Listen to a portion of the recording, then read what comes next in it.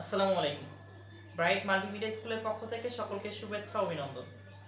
আজকে আমরা বীজগাণিতিক রাশি অর্থাৎ অনুশীলনী 3.1 এর প্রয়োজনীয় সূত্রাবলী নিয়ে আলোচনা করব। আমরা সূত্রাবলী কিভাবে মনে রাখা যায় তার কৌশলও শিখব। চলো শুরু করা যাক। প্রথমে আমরা বর্গ নির্ণয় সূত্র শিখব। এই অনুশীলনীতে প্রথমে আমাদের আছে বর্গ নির্ণয়। তাহলে বর্গ নির্ণয়ের সূত্র, তাহলে এক নম্বরে শিখবো a plus b whole square. তাহলে a plus b whole square সূত্র কি? a square plus 2ab plus b square. দ্বিতীয়তে a minus b whole square.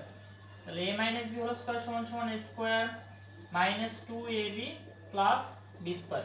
তাহলে আমরা একটা সূত্র মনে রাখলেই হবে a plus b whole square সমান সমান a square plus 2ab plus b square. প্লাসের সময় সব জায়গায় প্লাস, আর মাইনাসের সময় শুধু 2ab এর আগে মাইনাস হবে, 2ab এর আগে মাইনাস হবে, সেটাই আমরা মনে রাখবো। তাহলে মনে রাখার টেকনিকগুলো শিখে দিচ্ছি কিভাবে মনে রাখতে পারি। এটা বর্গ নির্ণয় সূত্র। আমরা যদি তিনটা বর্গ নির্ণয় সূত্র শিখি, a plus b plus c whole square.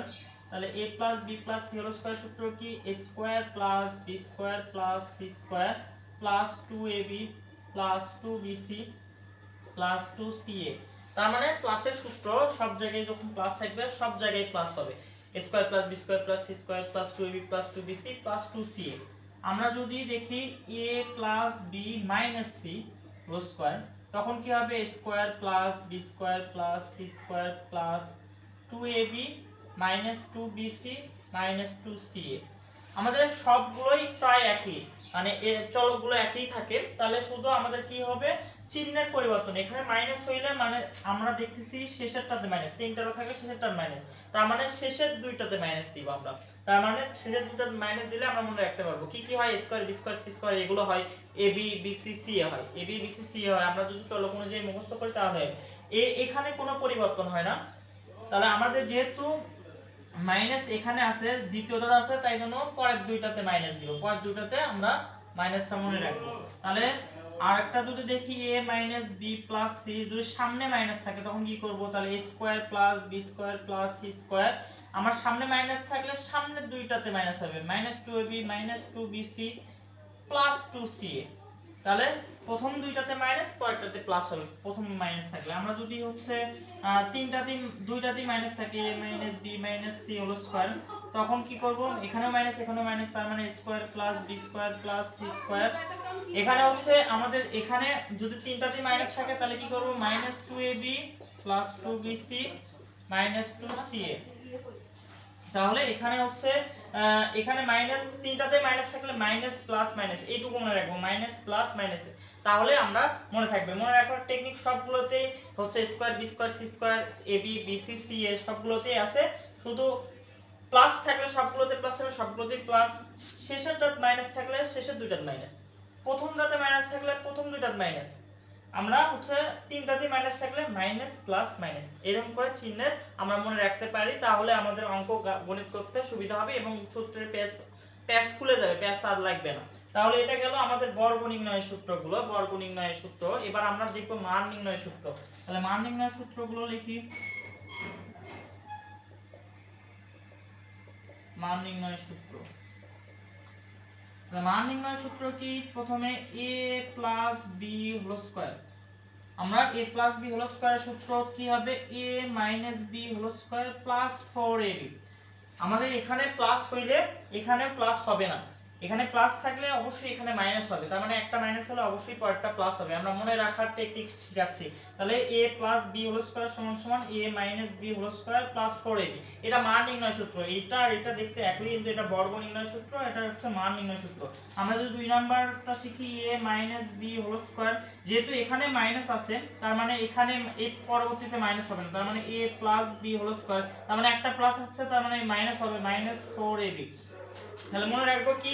এই পাশে যদি মাইনাস থাকে ওই পাশে যায় প্লাস হবে, প্লাস একটা প্লাস হইলে অপরটা কি হবে? মাইনাস 4ab এর সামনে মাইনাস হবে। কারণ মনে রাখার টেকনিক শিখাচ্ছি। আমরা যদি তৃতীয় number a square plus b square, a square plus b স্কয়ারের সূত্র a plus b whole square minus 2ab। 4ab আর 2ab আমরা এলোমেলো করে ফেলি, কখন 2ab কখন 4ab হয়। মনে রাখবা হোল স্কয়ার থাকলে আমাদের 4ab হয়, আর a স্কয়ার b স্কয়ার থাকলে a square plus b square থাকলে 2ab হয়। তাহলে a স্কয়ার প্লাস b স্কয়ারে আমরা তিনটা সূত্র শিখব। a plus b whole square minus 2ab, যদি এখানে প্লাস হয় তাহলে এখানে মাইনাস, যদি এখানে মাইনাস হয় a minus b whole square তাহলে 2ab এর আগে প্লাস, তার মানে একটা প্লাস হলো আর একটা মাইনাস, একটা প্লাস হলো আর একটা মাইনাস, এটা শুধু মনে রাখবো। আমরা আরেকটা শিখব, তাহলে a minus b whole square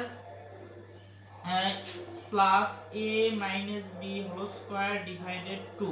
যখন a b এর মানটা আমরা পাবো না তখন এই সূত্র ব্যবহার করতে পারবো। a minus b whole square a plus b whole square a plus b whole square plus a minus b whole square divided 2, a square plus b স্কয়ারের সূত্রতে আমরা এটা ব্যবহার করতে পারি।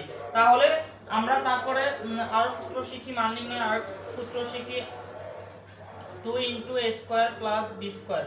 2 a square plus b square সূত্র কি a plus b whole square plus a minus b whole square. তাহলে 2 a square plus b square সূত্র a plus b whole square plus a minus b whole square. তাহলে আমরা যদি হচ্ছে আর সূত্র 4ab সূত্র শিখি, 4ab ইকুয়াল তাহলে a plus b whole square minus a minus b whole square. তাহলে দুইটা দেখতে একই, শুধু এখানে plus 2a square plus b square সময় এখানে প্লাস আর 4ab এর সময় এখানে মাইনাস।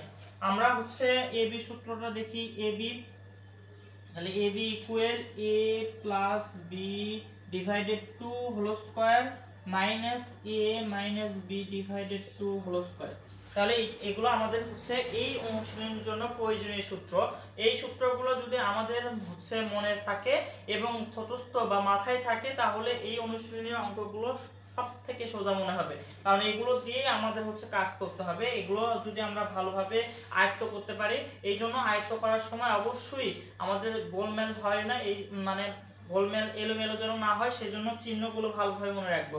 এই পাশে মানে এই পাশে প্লাস হলে এই পাশে অবশ্যই মাইনাস হবে, এটা মনে রাখবা, তাহলেই হয়ে যাবে। সূত্র প্রায় সবগুলো রাখি, a plus b whole square equal a minus b whole square plus 4ab। তাহলে এখানে মাইনাস হলে এখানে 4ab এর আগে কি হবে, প্লাস হবে, এটা মনে রাখবা। এক পাশে প্লাস আছে এক পাশে তার মানে মাইনাস হবে না। আর আমরা a square plus b square তিনটা সূত্র পাইছি, যখন যে সূত্রের মান মানে যে প্লাসের মান দেওয়া থাকবে প্লাসের সূত্র ফেলবো, মাইনাসের মান দেওয়া থাকলে মাইনাসের সূত্র ফেলবো, যখন এই মান দেওয়া থাকবে না তখন এই সূত্রটা ফেলবো, তাহলে আমাদের গাণিতিক সমস্যাগুলো সহজে সমাধান হবে। এই সূত্রগুলো তোমরা অবশ্যই আয়ত্ত করে নিবা। ধন্যবাদ তোমাদেরকে। আরো ভিডিও পেতে আমাদের চ্যানেলকে সাবস্ক্রাইব করে রাখো এবং ইউটিউব ফেসবুক পেজকে ফলো দিয়ে পাশে থাকবে।